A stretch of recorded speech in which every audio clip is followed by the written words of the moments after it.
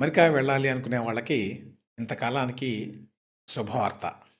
అదేంటంటే, Donald Trump విధించినటువంటి $1,00,000 visa ఫీజుని America court తిరస్కరించింది. రద్దు చేసింది. 2025 సెప్టెంబర్‌లో డొనాల్డ్ ట్రంప్ ఈ 1,00,000 వీసా ఫీని ఇంపోజ్ చేశాడు. $1,00,000 అంటే ఇవాళైతే ఆల్మోస్ట్ రూ. 1,00,00,000. ఎవరైనా వేరే దేశాల నుంచి ఇంక్లూడింగ్ భారతదేశం అమెరికాకి వెళ్ళి H-1B పొందాలి అంటే ఫీజు కింద $1,00,000 కట్టాలి అనేది నిబంధన. ఎంప్లాయీస్ ఎట్లాగూ కట్టలేరు. ఎంప్లాయర్స్ కట్టాలి. అంటే ఎవరైతే బయట వాళ్ళని ఉద్యోగంలోకి తీసుకోవాలి అనుకుంటున్నారో, ఎవరికైతే H-1B వీసాలు కావాలో ఏ కంపెనీకైతే వాళ్ళు కట్టాలన్నమాట. ప్రతి ఒక్కరికి $1,00,000 ఫీజు. అంత పెట్టి ఏ కంపెనీ కూడా బయట నుంచి ఎంప్లాయీస్‌ని తెచ్చుకోలేదు. బేసికల్లీ ఏంటంటే డిస్కరేజ్ చేయడం కోసం. బయట నుంచి ఎవరు H-1B మీద రాకూడదు. మరీ ముఖ్యంగా ఇండియన్స్. ఎందుకంటే ఎవ్రీ ఇయర్ 65,000 H-1B వీసాలను ఇష్యూ చేస్తుంది అమెరికా. ఈ 65,000లో 70% పైగా భారతీయులే ఉంటారు. ఈ H-1B మీద వెళ్ళేవాళ్ళు. అంటే ఓవర్‌వెల్మింగ్ మెజారిటీ H-1B వీసాలను పొందేది భారతీయులే. అందువల్ల H-1B వీసాలకు సంబంధించి ఎటువంటి నిర్ణయం తీసుకున్నా కూడా దాని ఇంపాక్ట్ ఇమ్మీడియేట్‌గా ఇండియన్స్ మీదే ఉంటుంది.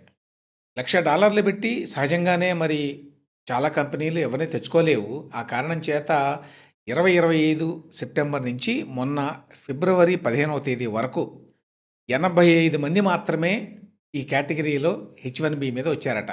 అంటే $1,00,000 కట్టి వచ్చారు. బహుశా వాళ్ళు కట్టి ఉండరు ఎంప్లాయీస్. వాళ్ళ ఎంప్లాయర్స్ కట్టి ఉంటారు. అంటే చాలా అవసరం అనుకుంటే బహుశా వేరే దేశాల నుంచి ఆయా కంపెనీలు తెచ్చుకొని ఉంటాయి 85 మందిని. ఇప్పుడు బోస్టన్‌లో ఉన్నటువంటి యూఎస్ డిస్ట్రిక్ట్ జడ్జి ఈయన పేరు లియో సోరోకిన్. ఈయన ఈ తీర్పు ఇచ్చాడు సోమవారం నాడు. ఏమని? ప్రెసిడెంట్ విధించినటువంటి ఈ $1,00,000 ఫీజు చెల్లదు అని. ఎందుకంటే ఇది టాక్స్ కిందకొస్తుంది. ఈ విధంగా కాంగ్రెస్ అనుమతి లేకుండా టాక్స్ విధించడానికి వీల్లేదు. కాంగ్రెస్ అంటే పార్లమెంటు. అమెరికాలోని పార్లమెంటు ముందు అనుమతి ఇవ్వాలి టాక్స్ వేయాలి అంటే. దేని మీదైనా సరే. రాజ్యాంగం ప్రకారం ఆ విధంగా ప్రెసిడెంట్ తనంతట తానుగా ఈ పన్ను విధించడానికి వీల్లేదు అని. ట్రంప్ అడ్మినిస్ట్రేషన్ అంటే ట్రంప్ ప్రభుత్వం వాదన ఏంటంటే ఇది ట్యాక్స్ కాదు, ఇది ఒక పెనాల్టీ లాంటిది అన్నారు వాళ్ళు. కానీ ఈ జడ్జి గారు ఒప్పుకోలేదు. అమెరికాలో జస్టిస్ సిస్టమ్ ఎట్లా ఉంటుందంటే జడ్జీలని ప్రభుత్వమే నియమిస్తుంది. ఈ లియో సోరోకిన్ అనే జడ్జిని బరాక్ ఒబామా నియమించాడు. సో అక్కడ న్యాయ వ్యవస్థలో జడ్జీలు కూడా Republican party appointed, democratic party appointed అని ఉంటారు క్లియర్‌గా. వాళ్ళని ఆ పేరు మీద గుర్తిస్తారు కూడా. ఈయన డెమోక్రటిక్ పార్టీ నియమించినటువంటి జడ్జి గారు కాబట్టి ట్రంప్ తీసుకునే నిర్ణయాల్ని చాలా క్రిటికల్‌గా చూస్తాడు. అంత మాత్రం చేత రాజ్యాంగానికి విరుద్ధంగా తీర్పులు ఇస్తారని కాదు. బట్ వీలున్నంత వరకు రాజ్యాంగం ప్రకారమే ఉన్నదా లేదా 100% అని బాగా లోతుగా చూస్తారు.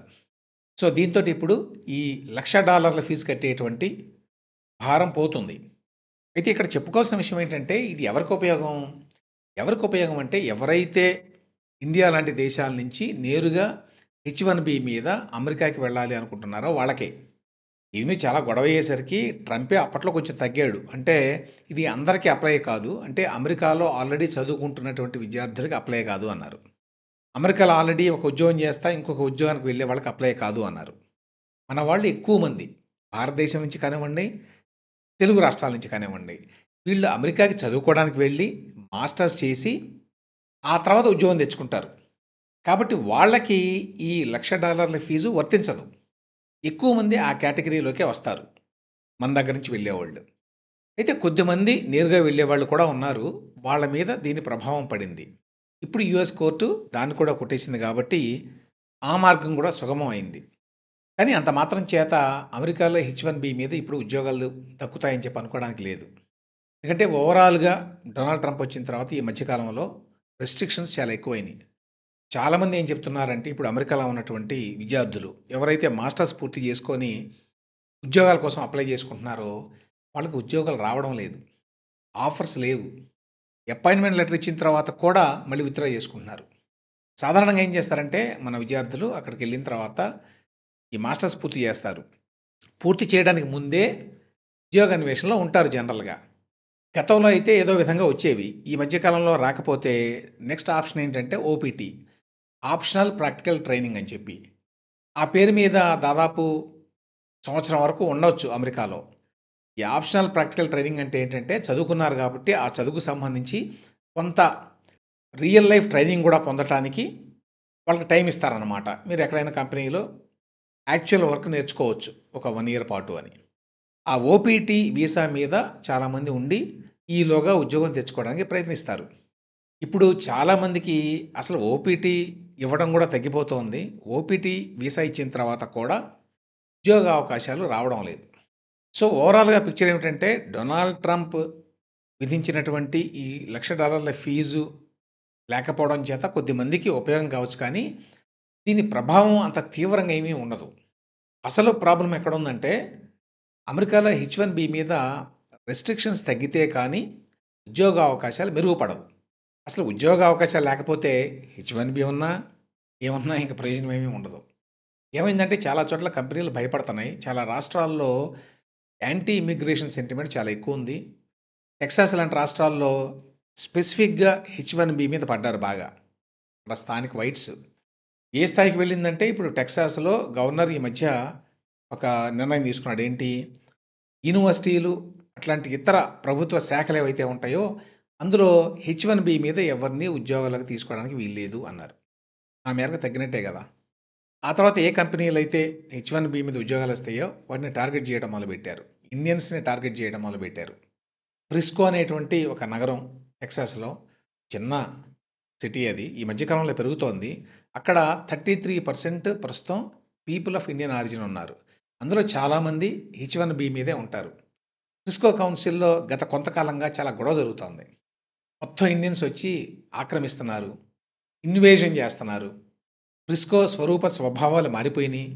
ఇక్కడ చివరికి తెల్లవాళ్ళు మైనారిటీలుగా మిగులుతున్నారు. చెప్పి చాలా తీవ్రమైన యాంటీ ఇండియన్ సెంటిమెంట్‌ని కొంతమంది రెచ్చగొడుతున్నారు. The Hindus and the Muslims are teaming up to take over Texas. ఎక్కువగా హెచ్-1బీ మీదే మాట్లాడతారక్కడ. ఆ సిటీ కౌన్సిల్‌కి వెళ్ళి. అవన్నీ చాలా వీడియోలున్నాయి యూట్యూబ్‌లో. నిజానికి ఫ్రిస్కో కౌన్సిల్‌కి ఏమి సంబంధం ఉండదు. అది లోకల్ మున్సిపాలిటీ. వాళ్ళు కాదు ఇచ్చేది హెచ్-1బీ వీసాలు. అయినా కూడా ఈ విషయంలో మిగతా జనాన్ని రెచ్చగొట్టడానికి మనం చూస్తున్నాం కదా ఇక్కడ ఏ విధంగా తెలంగాణ, ఆంధ్ర అని చెప్పి రెచ్చగొడతారో అదే విధంగా ఫ్రిస్కోలో గత కొంతకాలంగా జరుగుతోంది. సో, ఆ వాతావరణం అయితే ఇంకా కొనసాగుతూనే ఉంది. కాబట్టి ఈ తాజా తీర్పు ఎంతో కొంత పాజిటివ్ న్యూసే అయినప్పటికీ ఓవరాల్‌గానైతే హెచ్-1బీ అవకాశాలు ఇప్పటికిప్పుడు మెరుగుపడేటువంటి అవకాశాలు లేవు.